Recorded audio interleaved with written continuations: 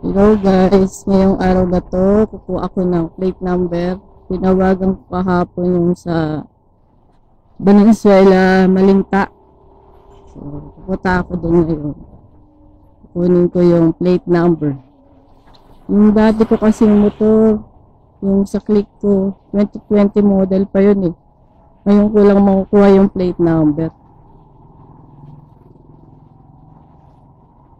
Tinawagan ko sila kahapon eh. So, sabi nila nandun na daw pala. Tamad lang talaga ako maghanap ng plate number.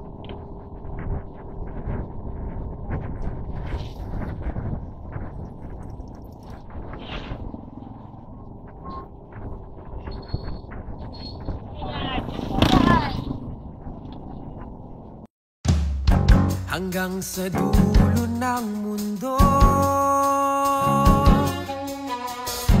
hanggang maubos ang ubo,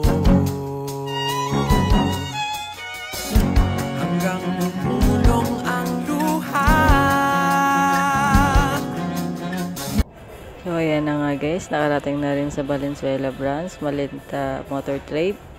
Ayan guys, excited na talaga ako dyan sa pagpasok ko na yan para makuha lang yung plate number ko.